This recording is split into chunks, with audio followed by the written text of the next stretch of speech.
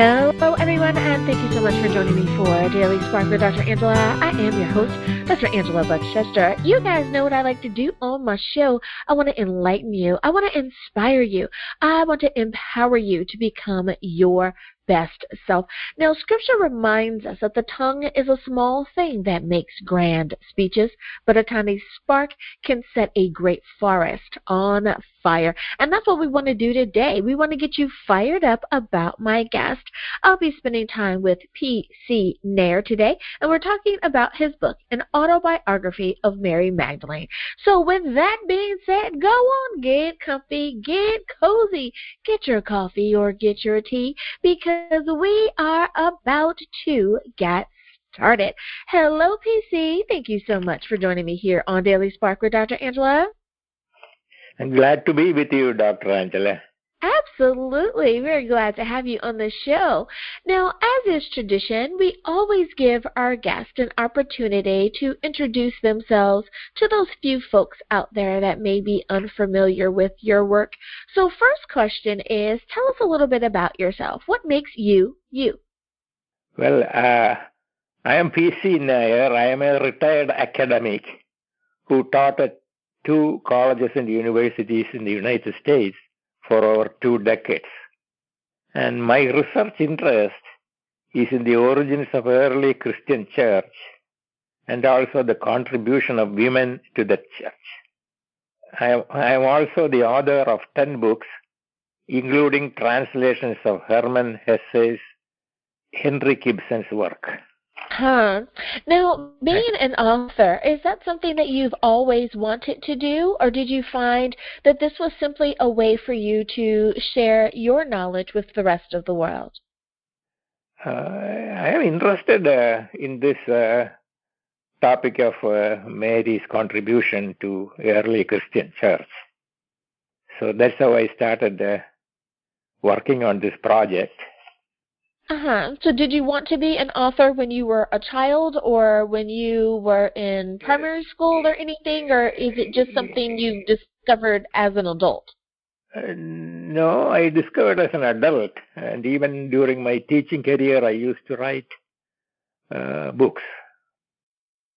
Now, when it comes to the title of your book, why did you feel that that was the most appropriate way to entitle this work? So that's what I was trying to say. This way, I can explain Mary's thoughts directly to the readers without any, any symbols or other catchwords, because her thoughts are very clearly explained when I write it in the first person. Now, when it comes to the appropriate age group for the ideal reader, I like to ask it this way. Is this book appropriate for someone as young as high school, or should they be college age and older? I think it is appropriate for college age and older. Now, as far as the proper way to read your book, many times authors will construct the book in a way that helps the reader really get the most out of the information that they have included. They may suggest that you read it from cover to cover, meaning literally read page after page. Others do it in a way where there's chapters or sections even, where you should read that chapter or section before moving on to the next. Others even do a devotional style where you should read 3 or 4 pages. You can put the book down, let that soak in and digest before moving on to the next 3 or 4 pages. Was there any particular way that you styled your book to help the reader along on the journey? Yeah, it is better to read chapter 1 and then chapter 2 like that. So that will give you a continuous idea of her thoughts. Now, when you were in the process of writing the book, you had to determine what you were going to include and what you were going to exclude, or even perhaps leave for another book at another time. How did you make the determination of what you would include in this particular story? I decided to include specifically the bond between Mary and Christ, because writers like Dan Brown in the Da Vinci Code and that other books like that picture the relationship between Mary and Magdalene as a romantic. And my research did not uncover any evidence for that. So that is the reason why I wanted to explain their relationship between as a master and as a student. So that is the emphasis I have given in this book from the beginning to the end, to explain her thoughts about Jesus and her relationship with him. Now, there may be someone out there that is new to the Christian faith and they are unfamiliar with this name. Can you tell us, who is this Mary Magdalene person that you are talking about? Mary Magdalene was a follower of Christ, and there were many people that followed Christ in spreading his message to the people of Magdalene and Galilee in those days.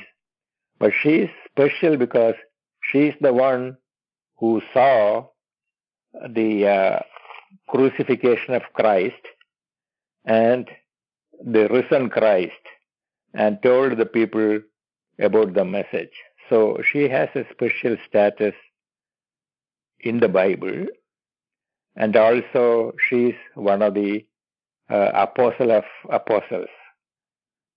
So that role I just wanted to emphasize to the readers. Now, when it comes to those books that are dealing with scripture, with Christian history, if you will, there requires a lot of research to make sure that what you're presenting is proper and true. How much time did you have to spend on this particular book to make sure that you were presenting the all that you wanted to present? It took about 3 years for me to do the research and another 1 year to write the book. As I explained, the notion that Christ had, at least in some of the books like Holy Grail and Holy Blood, come out recently. As I said, Christ had a romantic relationship with Mary. I wanted to refute it. So this idea or the knowledge the people were propagating came from the writings of Gnostic. Gnostic were a group of people who lived in the 3rd and 4th century in Greece, and they gave emphasis to the role of women in society. And they had these drawings and pictures giving importance to the women. So these Gnostic writers kind of propagated the belief that Christ was married and he had the affair with Mary. But most recently, several scholars have questioned the description of Gnostics, and they concluded that there is no relationship like that, and it is wrong to do that conclusion. So these Gnostic texts were very difficult to read and understand. So I spent several months reading it and trying to figure out what exactly they were saying and how the recent research refuted those ideas propagated by the Gnostics. So it was a quite intensive research, but I wanted to present to the readers as detailed as I can about how I concluded my research and wrote this book. And you are definitely talking about something that could require its very own show, and that is the Gnostic Gospels. There are so many people who, I remember when they first discovered the Gnostic Gospels, and people were so excited about that, and they couldn't wait to see what they had truly discovered, and if it would give any clarity to what we understand to be the true Bible of today. So you're onto something there. Now, my next question for you, and we have about 2 minutes left in this segment, but I want to make sure I ask this before we go to break, and that is, how is this book different than some of the other books that we may find about Mary Magdalene? Oh, okay. For one thing, Mary Magdalene is different. This book is different because here I am explaining the role of Mary as one of a master and student of Christ. The second thing is, I have narrated at some length the underground resistance movement of Galileans against the Roman authorities. There's a strong underground movement that opposed the rule of the Roman Empire. And this narrative sheds light on the plight of common people also in those days. So this is different from other books. And the third one is, I have explained in my book Mary's pioneering effort at establishing a Christian church in Ephesus. Though Ephesians were non-believers, Mary, through her sheer sustained effort, were able to spread the Jesus message among them and to convert many into believers. So these are the three things that are, I think, different from other books. Thank you so much for that clarification. Well, PC, it is time for us to go to break, but before we do, can you remind everyone, please, what is the title of your book, where can we get a copy, and how do we stay in contact with you? The name of my book is An Autobiography of Mary Magdalene. And you can have the book from iUniverse. Or you can stay in contact with me at my email, pcnair111@yahoo.com. Alrighty, everyone. Now you know that you can get a copy of the book. It's also available on Amazon. We'll be back right after this.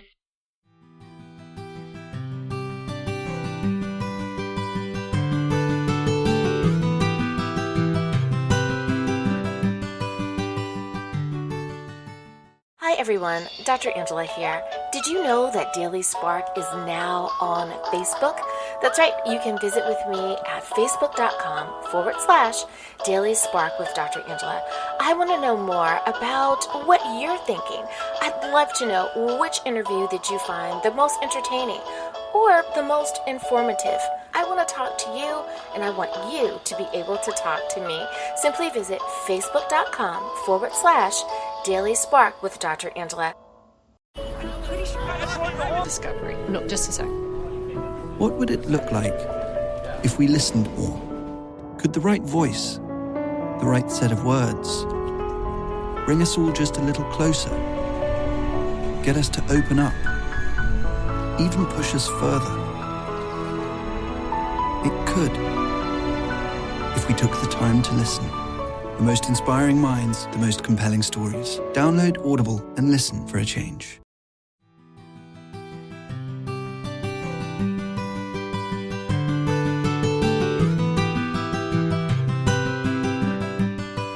And we are back. Thank you so much for joining me for Daily Spark with Dr. Angela. I'm your host, Dr. Angela Chester. My guest today is PC Nair, and we're talking about his book, The Autobiography of Mary Magdalene. Now, my next question for you, PC, is many people have referred to Mary as being somewhat of a rebel. I know that I have also heard people say that Jesus was a bit of a rebel as well. How did you address that issue in your book? Yes. I address this book in three ways. One is, though Mary was born and brought up in a Jewish family, she did not conform to many of the existing social practices at that time. For example, though she recited the all commandments, she did not accept some of the social practices. For example, she preferred her liberty and did not marry. She preferred to stay single, which was against the norm prevalent at that society at that time. So being single she was looked upon as a rebel and against the social norms. And so that was one reason. And the second reason is she had strong views on regarding the creation, strong views on regarding the creation of the universe. She believed that man and woman had equal importance. Because of this, she had a difficulty understanding God's ethics. For example, God in the Holy Book give commandments to men. For example, like commandments to Abraham, Moses, and Solomon. But apparently God had spoken only rarely to women. So one of those times was to announce Mary, that is Jesus' mother, to have a baby boy. These things made her kind of difficult for her to believe. And so she rebelled against these thoughts and social customs. So that is one of the reasons why some writers regarded her as a sinner. Whereas she was more forward-looking than her times. And she wanted to have the same status for women as men. So that's my answer to that question. Well, it sounds like you are helping the reader understand, or you're sensitive to making sure that women are also shown in an important light as well. Is this book sensitive to the feminist theory, or would you say they're sensitive to the distinctions between the various roles? How do you deal with that in the book as well?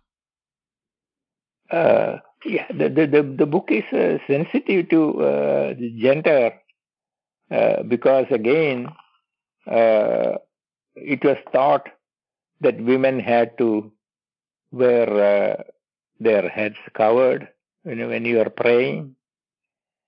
And there are other reasons, like in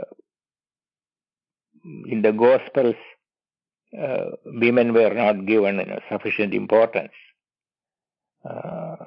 So these are some of the things that made her, again, kind of stand out from the mainstream thought at that time.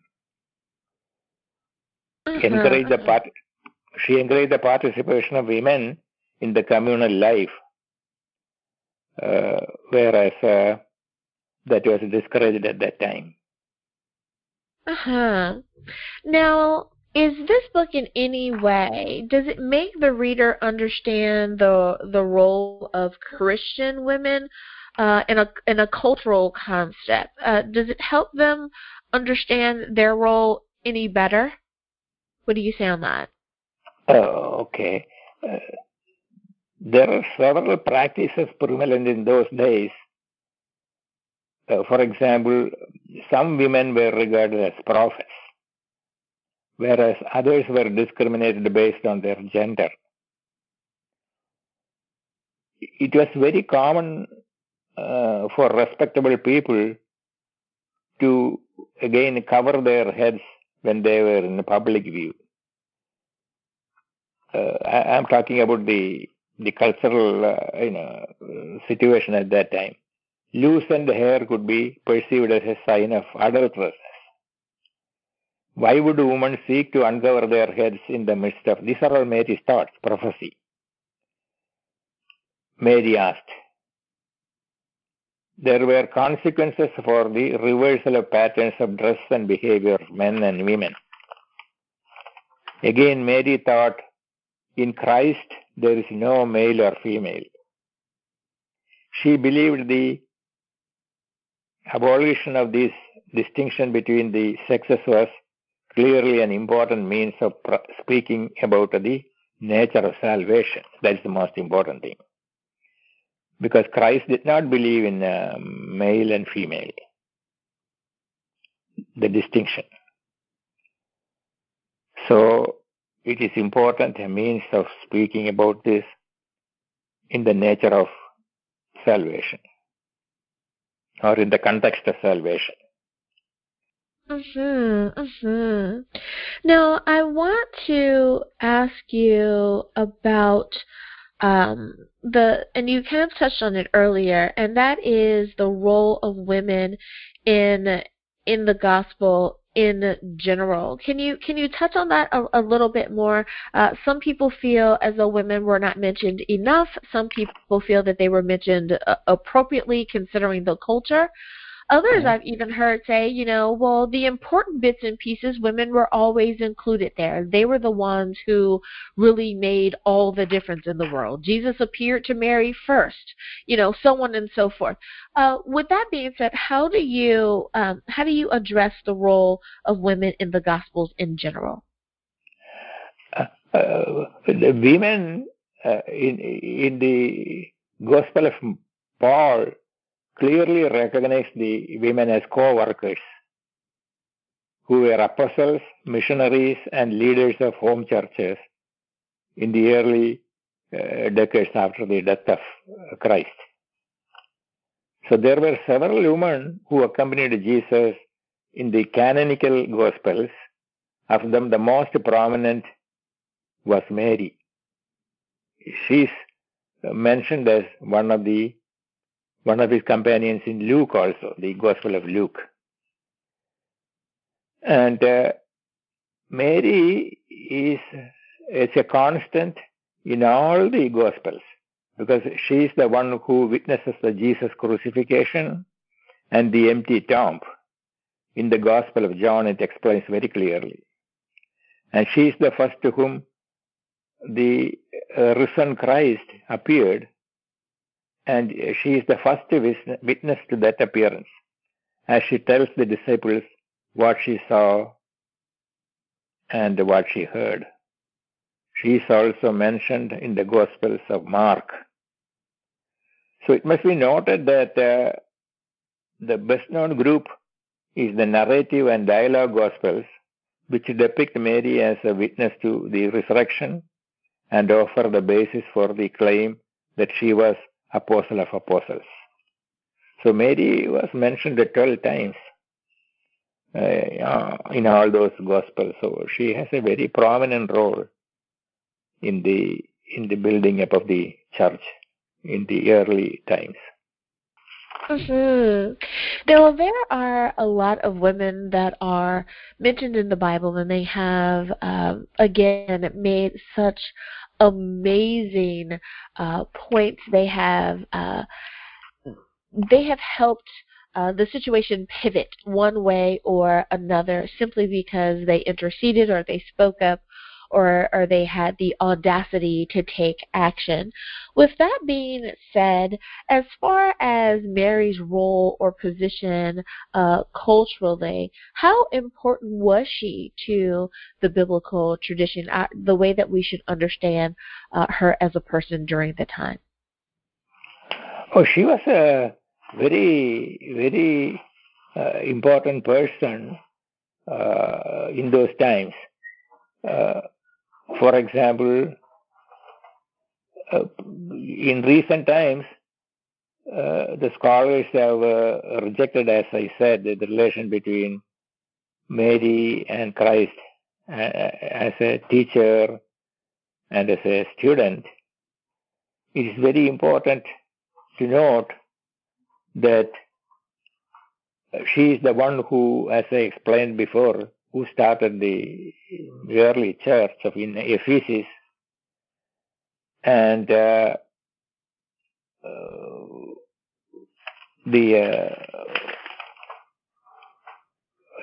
biblical tradition, she is important because the many Christian theologians regard Mary as a sinner, and she attains salvation through Jesus. That is what I explained. Another group thought of her as a devout follower of Jesus among Jewish women of that period. So whatever the truth, even after 2000 years, the world has not forgotten her. They consider her as a saint and still worship. So I explained in my book, in short, Mary as a woman born and brought up in a Jewish family, in Jewish tradition, who undertakes a pilgrimage as a follower of Christ and attains salvation through him. For generations, Mary, who rarely appears in the Bible, she appears in the Bible only 4 times, and her contributions to the early church have been the subject of study by scholars. And what is the basis of this? That is what I am trying to explain in my book. What is the basis of this, even after 2000 years? I believe it is because of her significant contributions in defining humanity. That is, in shaping the lives and thoughts of generations of people. For ages, our forefathers have inquired about the meaning of humanity. The present generation also has to learn, among things, about this subject.